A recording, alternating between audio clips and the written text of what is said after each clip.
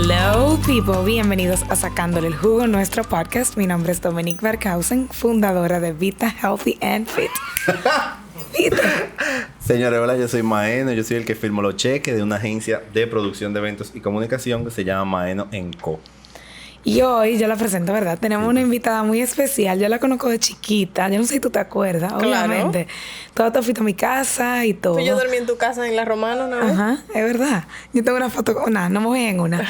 El punto es que nos vimos crecer y el otro día tú me apareciste. El otro día no, ya quizá el año pasado, en las redes, así como, wow, yo, pero mira Carolina, o sea, y lo que estás haciendo me encanta. Y es Carolina Santana, abogada, comentarista y activista y productora de La Gran Pregunta. ¿Está bien? Yo creo que sí. Ok. Hasta de más. Graduada de Derecho Sí. en la Pucamaima, pero también leí que fuiste a Harvard. Sí. ¿Y qué tú hiciste allá? Una maestría. Ok.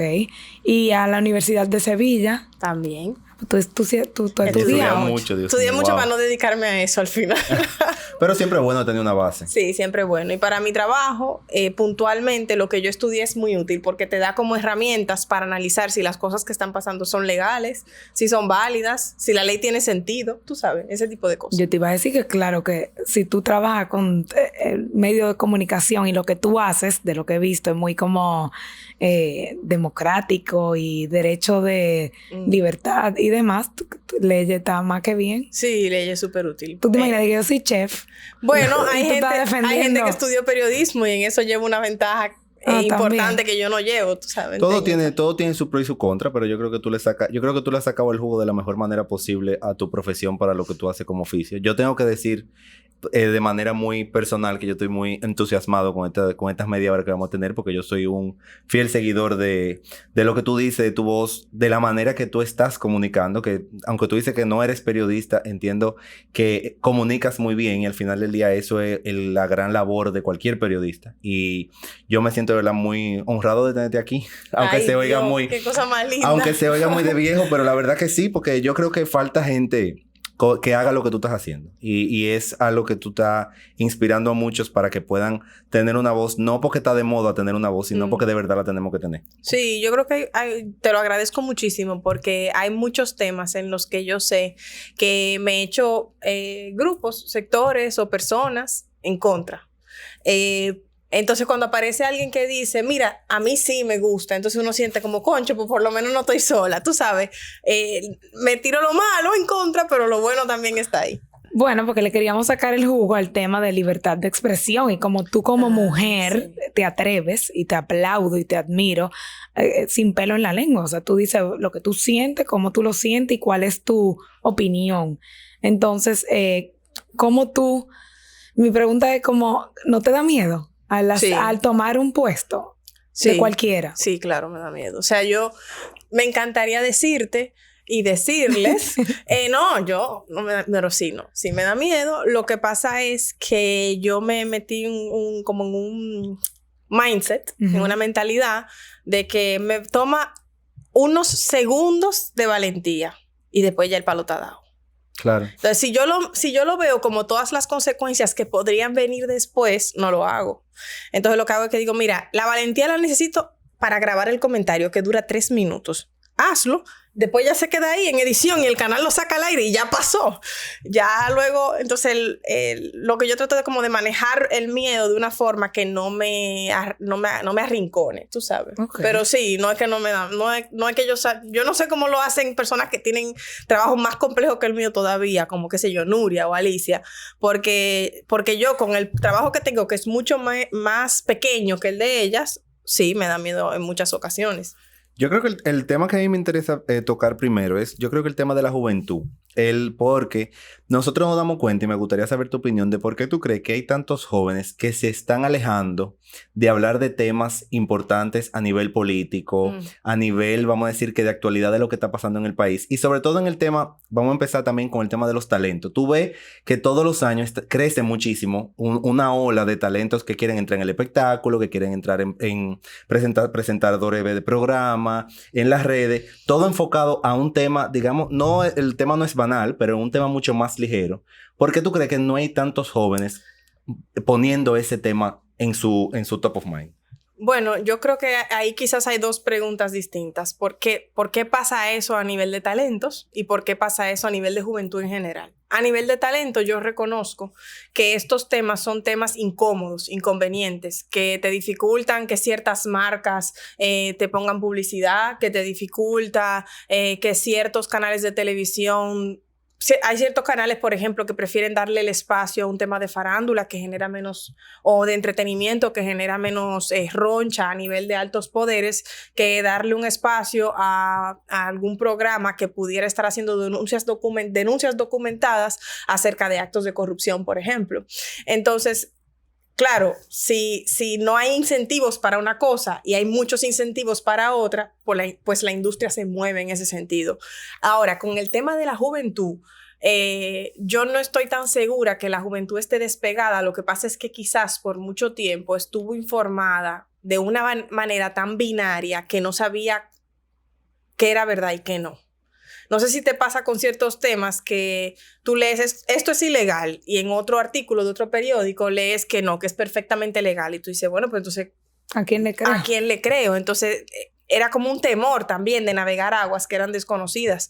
Y yo creo que nuestra generación, y con nuestra no digo ni siquiera las personas de nuestra generación en mi industria, sino en general, que busca las cosas en Google, que averigua qué significa, cuál es la ciencia detrás de eso, cuál es el experto que ha hablado de eso, ha venido un poco a cambiar eso. Yo sí creo eso, que nuestra generación va a hacer ese switch. Vamos a decir que está mucho más... curiosa de saber en la profundidad del asunto. Y tiene herramientas, porque la época de la información y del internet, o sea, no eran las herramientas de generaciones anteriores, quizás, tú sabes. Yo creo que me ha gustado mucho porque tú me acabas de hablar de algo que va muy, muy parecido a lo que viene siendo mi otra pregunta. Es como este boom que hay con los fake news. O sea, los fake news están creciendo tanto y ¿cómo tú entiendes que puede ser una manera correcta de luchar para que no siga creciendo? O sea, no solamente a nivel de los que dan el fake news, sino de que la misma gente cree conciencia de no compartirlos tanto. Porque es que un fake news se hace mucho más fake news por el tanto share que hace la gente de cosas que ni siquiera... Porque así como hay gente que averigua, como tú dices, hay gente que no averigua y simplemente le da para allá. Entonces, ¿qué técnica tú entiendes o qué conciencia nosotros le debemos crear a esa gente de que de verdad haga eso que tú estás diciendo? Vamos a investigar. Sí, hay la mayoría, o una parte importante de las noticias falsas o los bulos, al final, uno los ve y uno intuye que podría ser falso. Entonces, si tú tienes esa duda, esa espinita, antes de reenviarlo, pregúntale al primo tuyo que es economista que te puede decir si esos números tienen sentido. Pregúntale a la tía tuya que es abogada que te puede decir si esa noticia sobre esa ley es cierta, o si ya había una ley que entonces no tiene sentido que digan eso. O sea, un mínimo WhatsApp. No tienes que ser un entendido en la materia, pero haz eso antes de reenviarlo masivamente. No reenviarlo. ¿Alguien sabe si eso es verdad? Porque ya en 5 grupos de WhatsApp ya es masivo, tú sabes. Claro. Exacto. No, y eso es algo que pasa en el sentido de que la gente como que yo creo que al dominicano le da mucho miedo como de verse ignorante. Entonces, como le da como ese miedo de preguntar, porque como que no quiero... Yo me la sé toda. Porque yo me la sé toda. Algo que pregunte puede ser que me vea como bruto, pero en realidad no lo era. Al contrario, bruto es si no lo pregunta. No, y además, lo bien que se ve y lo bonito que queda cuando una gente dice, mira, yo quiero entender eso. Ven, explícame lo que yo no lo estudié. A mí me pasa. O sea, por ejemplo, yo que no estudié periodismo, hay muchas técnicas del trabajo que yo sinceramente ni se me habrían ocurrido. Y yo tengo que en la pausa preguntarle a mi compañera, ¿cómo es que se hace eso? Ah, ok, perfecto. Y hacerlo. Te queda mejor al final. Y me queda mejor porque yo lo que quiero es que cuando el televidente sintonice el programa, me vea haciéndolo lo mejor posible. Claro, o sea, eso no... Claro. La gente... Eso es un tema que la gente tiene que desmontarse porque uno es tonto una sola vez cuando pregunta, pero es tonto la vida entera si no pregunta. Bueno, yo te conozco a ti como la Carolina introvertida, porque no sale mucho. Yo no sabía de tu vida. No, yo nunca salí de o sea, no, la verdad, como sí. Carolina. Y cuando de la nada te veo en los medios, entrevistando a Hipólito Mejía en La Gran Pregunta, que ese fue como uno de tus primeros... Sí. Ve, que yo te sigo. Sí. Ahora te veo con Omar Fernández, todos los políticos de ahora. ¿Cómo tú llegas a los medios? ¿Y cómo tú logras entrevistarlo a ellos? O sea, tú sabes que hay un cierto como una invitación. Yo imagino que si yo soy, por ejemplo, expresidente y a mí me llega Carolina Santana, me quiere entrevistar. cómo ellos aceptan, o sea, cómo es la mecánica de cuando tú entras a los medios y van tomándote a ti cierto respeto, porque ya tú tienes cierto alcance. Sí, bueno, primero, una cosa que te quería aclarar es que, por ejemplo, yo soy introvertida, súper introvertida todavía. No es que era de niña introvertida. Pero no te da miedo hablar. Porque, por ejemplo, aquí no me preocupa porque yo siento que hay 4 aparatos y 4 personas oyéndome. Pero cuando el tema es de que en público con mucha gente, y, ¿verdad? Eso me da como un poquito más de reserva, 1. Y 2, introversión y timidez no es necesariamente lo mismo. Pero lo que sí te quería decir es que cuando yo estoy en una entrevista, yo estoy con mi equipo y una persona. O sea, si tú lo piensas realmente, no... Es algo íntimo. Es algo íntimo, una entrevista. Y de hecho, es de las mejores cosas que tiene La Gran Pregunta. La Gran Pregunta no se hace en un gran canal de televisión con 25 sonidistas y no sé cuánto camarógrafo. En La Gran Pregunta se hace con un equipo muy íntimo de gente que nos entendemos de mirarnos. O sea, que yo tengo un expresidente enfrente y yo miro a la cámara mía y el que está manejando esa cámara sabe lo que yo le estoy diciendo. Entonces, eso da una confianza y una tranquilidad que no solo permite que el invitado dé respuestas de envergadura, sino que también me hace sentirme cómoda para hacerle las preguntas. ¿Tú sabes? A veces incluso digo, me pasé de cómoda ahí. me pasé, tenía que bajarla. ¿Tú lo editas o no? Hay que editar a veces. Por ejemplo, la entrevista que yo le hice al ministro de Economía, Juan Ariel Jiménez, el crudo tenía 70 minutos. Yo no tengo 70 minutos al aire en los canales de televisión. Yo tengo 45, como mucho 52, a veces 20. Entonces siempre hay que editar. Lo importante es que en el proceso de edición uno no edite la verdad, uno no edite la respuesta, uno no edite el tono de la respuesta. Que la edición, o tú sacas la pregunta completa porque, bueno, ya eso se respondió en otra cosa, o fue redundante, o bueno, no es tan importante como este otro tema, o sacas una parte de la respuesta que fue reiterativa, pero que no se condimente la verdad con el proceso de editar. Transparencia. Exacto, transparencia. Algo que yo estuve leyendo de ti que me gustó mucho es tu activismo o tu defender lo que viene siendo el feminismo en todos sus vertientes. Viniendo para acá, yo dije, estaba leyendo, no viniendo para acá hace unos días, pero me acordé viniendo. Yo dije, yo le voy a hacer esa pregunta porque yo mismo me quedé con ella y tal vez no hice el consejo que tú acabas de decir. Pregunta. Yo me quedé con la pregunta en el aire y no se le hice a nadie. Tal vez te la hago a ti. Yo estuve viendo, sabemos todo el tema que está pasando en Hollywood con el Me Too y todo este boom que ha cogido con el acoso. Yo estuve viendo, no sé si ustedes vieron que en los Oscar, en Natalie Portman, ella se vistió y ella se puso en su capa un tejido de los nombres de todas las directoras mujeres que debieron haber nominado al Oscar porque no había ninguna nominada. De ahí salió toda una controversia porque Rose McGowan, que fue la propulsora del Me Too Movement, no la insultó, pero le habló muy fuerte por medio de su Twitter diciéndole como que muy bonito que tú salgas con tu capa de Dior poniendo todos estos nombres, pero si tú te pones a investigar con cuántas mujeres directoras tú has trabajado, tú te fijas que tu casa productora nada más ha trabajado con 2 y tú has sido una de ellas. O sea, como dejándole saber, tú estás haciendo un acto de feminismo ante las cámaras, pero tú no estás haciendo una acción para apoyarlo.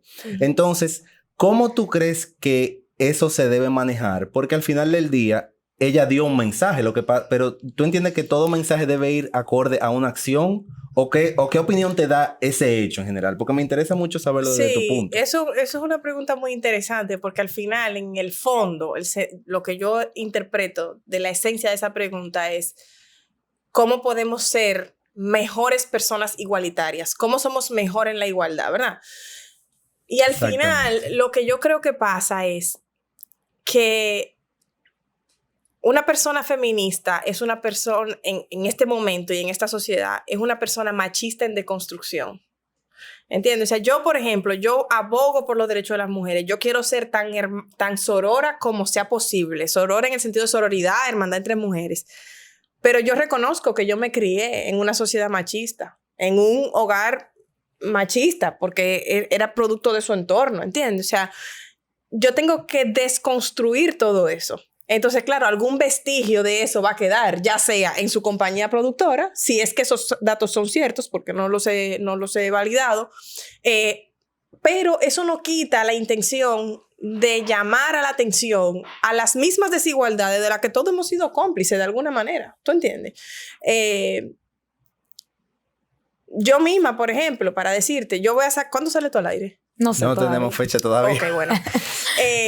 Hace poco se suspendieron las elecciones municipales. Entonces, ¿qué pasó con el tema de las elecciones municipales? Yo tenía una entrevista después de eso pensada porque tenía entendido que íbamos a haber salido de las municipales. Y ya esa entrevista no es relevante para el día después de las municipales porque quedaron suspendidas. Claro. Entonces, ¿qué yo voy a hacer? Yo voy a hacer un panel. En teoría, ojalá eso pase. Un panel. Y yo iba a hacer un panel paritario, es decir, mitad hombre, mitad mujer. Y dije, tú sabes que vamos a ser todas mujeres en el panel. Pero mi primer pensamiento fue un panel mitad hombre, mitad mujeres. Y dije, ¿por qué no podemos ser todas mujeres? O sea, es un proceso. ¿Tú sabes lo que te quiero decir? Es que uno se cría. Es o imperfecto. Sea, eso es lo el que esfuerzo a ti es imperfecto. Sí. Eso es. ¿Y tú vienes de familia árabe? Yo vengo de familia árabe. El hogar en el que se crió mi mamá es una cosa que es impensable para nuestra generación. Sí. Claro. Tú sabes. Lo bueno de esta pregunta, o sea, me siento aún mejor con tu respuesta, es que Natalie Portman dio una respuesta a eso. Tú no lo sabías, o sea, y su respuesta fue casi igual a lo que tú acabas de decir. O sea, ella explicó eso mismo. O sea, porque ella le respondió al tuit de Rose McGowan como diciendo, yo quiero que tú sepas que tú tienes razón, pero tú me estás culpando, no, tú me estás acusando sin tú saber en qué posiciones yo he tenido que estar, que yo no he podido dar ese acceso a las mujeres como tú quisieras que yo se lo diera, pero por lo menos yo estoy haciendo algo. Entonces, por eso era mi pregunta, porque es que yo me estoy dando cuenta que nos estamos convirtiendo en personas que hacen las cosas y no... Y ya una gente quiere que se haga tanto que ni siquiera valora el chin que hizo. O sea, ella hizo algo, ella tiene una voz y ella decidió hacer algo. Entonces, ¿por qué la criticamos por hacer algo que fue sencillo para ti, pero desde la óptica de ella tal vez fue algo muy grande? Hasta envidia. Porque hoy en día eso es lo que hay. Mira, y también, por ejemplo, cuando tú miras todas las causas consolidadas, por decirlo de alguna manera, o sea, hay tantas cosas por las que luchar y por las que cambiar. Mira, igualdad entre hombres y mujeres, grupos vulnerables, niños, envejecientes, LGBT, los derechos de los animales. O sea, cuando tú tomas todas las causas, tú te vas a dar cuenta que siempre hay un espacio para ser mejor ciudadano, mejor feminista, mejor...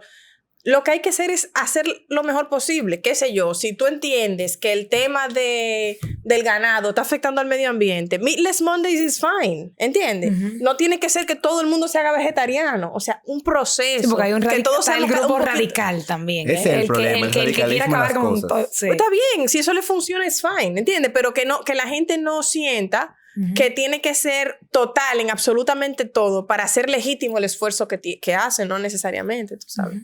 Tú tienes un vocabulario, o sea, increíble y obviamente tú tienes que leer mucho. Sí, ¿verdad? yo leo mucho. Muchísimo. Sí, muchísimo. Como aquí siempre se nota, como aquí siempre recomendamos de vez en cuando libros, dime 3 libros que te han cambiado, no cambiado la vida, pero que tú recomiendas quizás. No me hables de abogado, de nada. Publicidad. Publicidad, ok. Entonces, a mí me gustó. Voy a ir como en las áreas de ustedes, de alimentación o de health y cosas así. Me gusta Michael Pollan, me gusta Excelente. el de Brain Drain, el de Grain Brain, que nunca me acuerdo su nombre, que tiene 3. Y también me gusta de comunicación, realmente psicología organizacional, pero tiene que ver como que con office politics un poco. Give and Take de Adam Grant. Y... Después tú me lo vas a pasar porque lo van a pedir. Sí, yo te lo paso. Y así, no sé, es que depende del tema. Hay lo voy a apuntar, porque Give and Take no lo conozco. Sí, la organizacional sí yo la leí hace muchísimo, pero tú sabes que yo me lo tengo que como volver a leer para... Como que en este momento yo creo que tú ves la forma diferente que tú lees de lo hace 6 años atrás, 7 años atrás. ¿Tú sabes cuál más? Always Hungry, de David Ludwig. Yo no lo he leído ese. Ese es muy chulo porque ese básicamente habla como de los niveles de insulina. Tiene que tener un tema psicológico. Lo elegí así porque para elegir un libro de todos los libros, mejor elegirlo como por tema. No, pues se nota que tú lees todos los temas. Sí, me gusta mucho el tema. Tú sabes que yo creo que te puedo hacer una pregunta que tal vez tú me puedas decir tu opinión. Yo estoy últimamente muy enfocado, o sea, estoy tratando de ver mucho la manera en que los políticos están manejando... como producto hacia su campo. Yo siempre digo, como yo estudié publicidad, yo veo al político, claro, el mensaje que tú quieres dar, pero yo también veo la forma en que tú lo haces o cómo tú lo comunicas, si está siendo, digamos que, si está siendo efectivo o no desde mi punto de vista. Y yo me he dado cuenta que los políticos están muy old fashion en muchas de sus comunicaciones, pero... De ese political brain se llama. Pues gracias. Entonces yo me he dado cuenta que ellos todavía, tú te pones a ver un anuncio de un político, un discurso, y todo se oye muy antiguo. Y hasta la forma en que se comportan. Entonces, leyéndome otro artículo, porque el camino, ese sí fue camino para acá, que fue mi confusión. Yo estaba viendo que Alexandra Ocasio, ella fue invitada de jurado a un programa de RuPaul. Para los que no saben lo que es RuPaul, RuPaul es un famoso travesti que tiene un programa de televisión súper famoso. Y ella fue de invitada y a la tipa le han caído arriba. Pero demócratas y republicanos, o sea, le han caído arriba en general por la figura política que ella es, de ella ir a un programa de travesti, LGBT. Claro. Pero yo quisiera como olvidarme del LGBT en esta ecuación y explicar. Ella fue invitada a un programa de cultura popular que tiene muchísimo rating y yo entiendo que ella lo está haciendo también como para ella llegarle a ese público. Claro. Entonces, tú entiendes que ese es un mensaje correcto que los políticos deben entender de ser un poco más abiertos ante su comunicación. Es que si un político no entiende que él trabaja para el colectivo, incluyendo a los grupos y a las personas que no forman parte de la manera mainstream, hegemónica de ser, entonces un político no sirve para el servicio. O sea, tú no estás para un grupito, ni para el grupo mayoritario, tú estás para todo el mundo. El político que entienda que no puede ir a un programa porque el conductor es trans, gay, o porque es religioso, porque está perdido en cuál es su función de servicio público. Eso es un mensaje para mí básico de la política. Bueno, y ella específicamente se ha pegado, o bueno, está donde está también porque ella ha logrado tener esa voz como mujer y es el gallo de que yo digo lo que se me pegue la gana. Y otra cosa que pega mucho con ella ir, porque ella tiene un mensaje inclusivo. Entonces, claro, esos programas que podrían ser, qué sé yo, alejados, rechazados por sectores más conservadores, si en algún espacio político tienen cabida, es en una campaña como la de ella. Señores, yo creo mensajes políticos, vamos a abrir un poco más el aspecto de ustedes hablarle, porque que ese es mi gran queja con el político, es que el político está hablando en una generación, no en una generación, yo creo que en un tiempo donde tenemos que segmentar el mismo mensaje, hay que segmentarlo en diferentes lenguajes. Claro. Y aquí lo están haciendo en un mismo lenguaje para todo el mundo, entonces por eso es que uno no se identifica. Sí, uno. Y dos, que los políticos ahora, por lo menos en nuestro país, en muchas ocasiones, le hablan a los grupos de interés.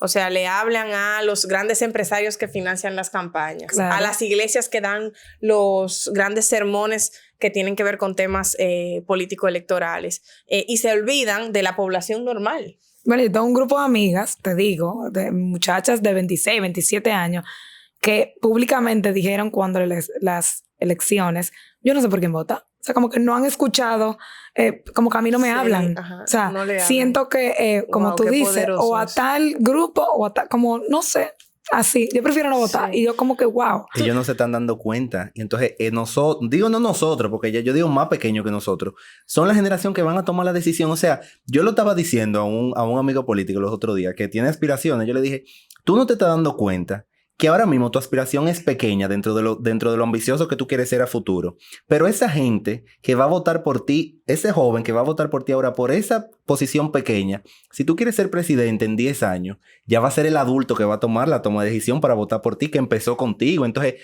no lo margine, piensa en él, porque en él es en 10 años, 15 años que va a votar por ti. Él va a decir, hace 10 años, él me dijo a mí, o sea, que esto es así. Tú sabes algo que yo pienso mucho, y con eso, y con mucho te digo casi todos los días en los que tengo que trabajar temas que tienen que ver con política y con derecho, en que a veces, viendo el paso del tiempo, como ese ejercicio que tú haces de el que hoy es un joven, mañana es un adulto que vuelve a votar por ti, tú puedes ir consolidando generaciones de votantes, que básicamente es lo que tú me estás queriendo señalar. Yo lo pienso en términos históricos. ¿Qué bando o qué argumento tiene la razón histórica? ¿Tiene la razón histórica el bando que aboga por la discriminación de las mujeres? ¿Tú crees que en el paso del tiempo esa va a ser la realidad? Claro. No. ¿Tiene la razón histórica la gente que rechaza a la comunidad LGBT, que entiende que el matrimonio infantil tiene sentido? no se sostiene en el tiempo. Y si no, hay que ver otros países que han avanzado ya y te das cuenta que, por ejemplo, la República Dominicana es una de 5 países de un total de casi 200 estados donde, por ejemplo, no importa cuál sea la circunstancia de la mujer, interrumpir el embarazo es criminal. Para decirte algo. Entonces, de eso hay una frase de Martin Luther King que si alguien me ha oído hablar de este tema en algún momento, va a decir, pues esa mujer siempre dice lo mismo, es que el arco de la historia es largo, pero se inclina hacia la justicia. The arc of history is long, but it inclines towards justice. O sea, al final, el tiempo va a pasar y vamos a caer en lo que es justo. Entonces, ¿para qué quieres estar del lado incorrecto de la historia? Para después tener vergüenza. Para después decir, abogué por lo que no era. Es así. Y tú acabas de decir algo clave que yo lo vengo diciendo en todos mis grupos de amigos yo lo digo. Nosotros tenemos nosotros tenemos una desventaja que la podemos ver como una ventaja.